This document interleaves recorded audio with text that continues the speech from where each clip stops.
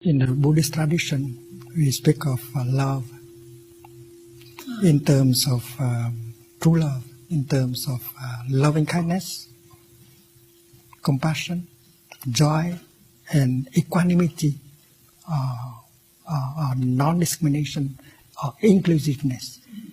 In order to really understand compassion, you should understand also the three other elements of true love.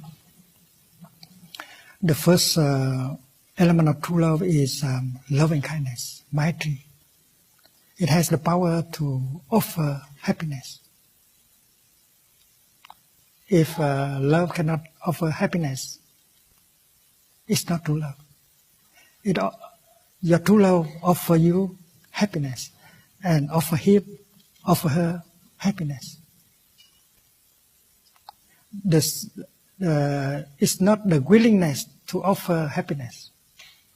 Because if you don't understand the other person, the more you try to make him happy, the more you make him suffer. So understanding him, understanding her suffering and need before you can practice loving kindness, Maitri. In Asia, there is a fruit called durian. Many people crave for it, but for me, I cannot eat it. And then you say, dear Thầy worked so hard, he should eat some durian. And then you make me suffer by loving me.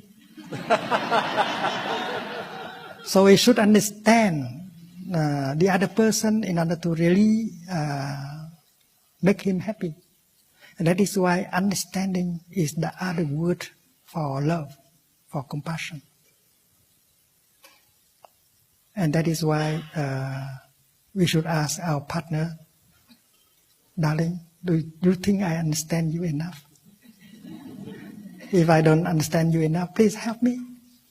My wife is right there.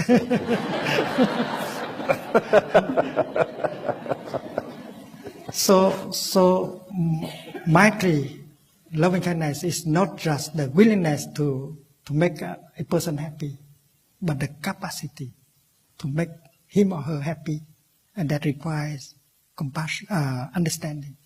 And understanding requires time in order to look deeply. And then the second element is compassion, which is a karuna. Greek compassion is called Mahakaruna. Compassion has the power to remove the pain, the suffering. If your love cannot make the other person suffer less, it's not true love. And you have to understand his suffering, her despair, in order to help him or her suffer less. And that is why you need to have the time to look and to listen. And understanding will create love and happiness. And the practice is that you have to apply that for yourself. You have to apply, you have to be able to offer you happiness and compassion. Do we have enough compassion towards our body, our feeling? Do we know how to handle our body to make it suffer less? Do we know how to handle a feeling so that we can help calm down the feeling or emotion? That is self-love. The capacity to love another person relies entirely on your capacity to love yourself and take care of yourself. That is true with compassion. And the third is joy, mudita. If by loving you make the other person cry every day, that is not true love. So you create joy for yourself and for the other person. And there are many practical ways to create joy without having to go to the market and buy something to offer him or her. Suppose you say you breathe mindfully and you bring your mind home to your body, you become fresh and pleasant, and you go to her and you say, darling, you know something? I'm here for you.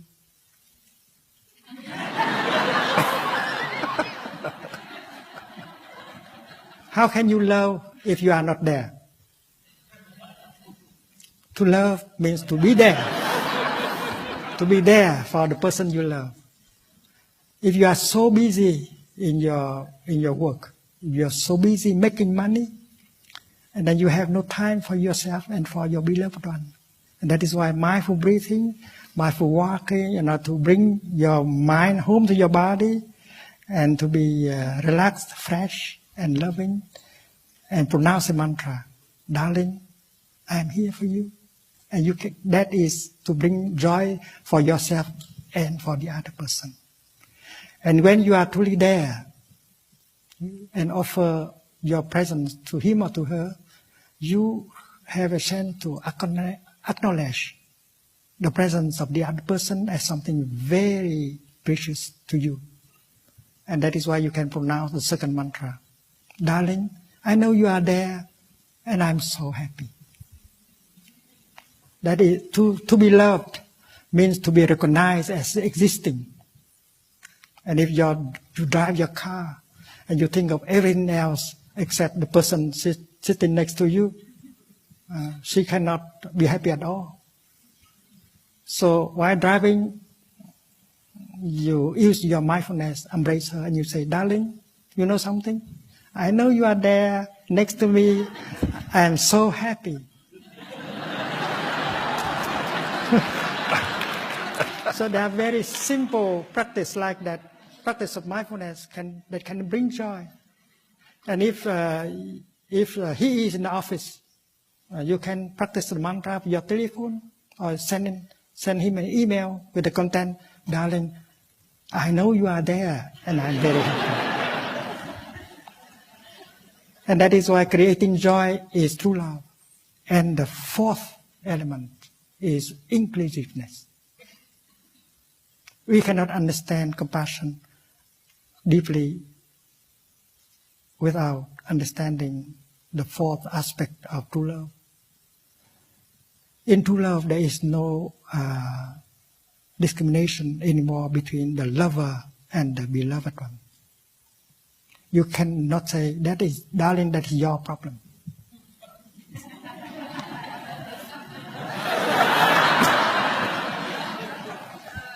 In true love, your problem is my problem. Your happiness is my happiness. My suffering is your suffering. There is no longer any frontier. Inclusiveness. In true love, happiness and suffering are no longer individual matters. And if you continue to love like that, you begin to embrace all of us into your love. Because these four elements of true love are called the four unlimited mind. There can never be enough. You begin with one person, and then if you follow the path of true love, your heart will open, and you will embrace all of us inside. And that is true love, is the kind of love that can enlarge your heart without stopping. One day the Buddha was holding a glass of a bowl of water in his left hand. He's holding a handful of salt in the right hand, and he poured the salt into the water and he stirred. And he asked the monks, my dear friends, do you think that you can drink that water? It's so salty.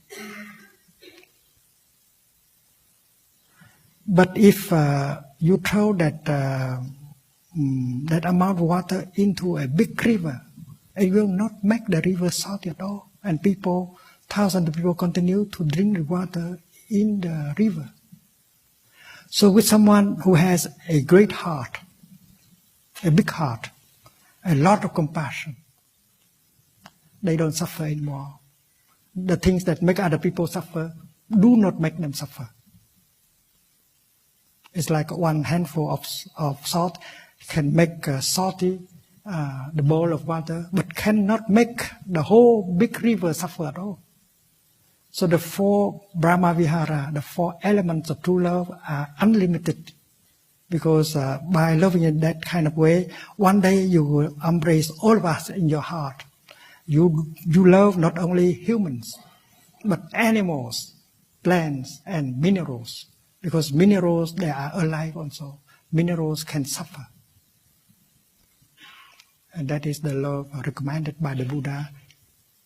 The love without frontier, without discrimination.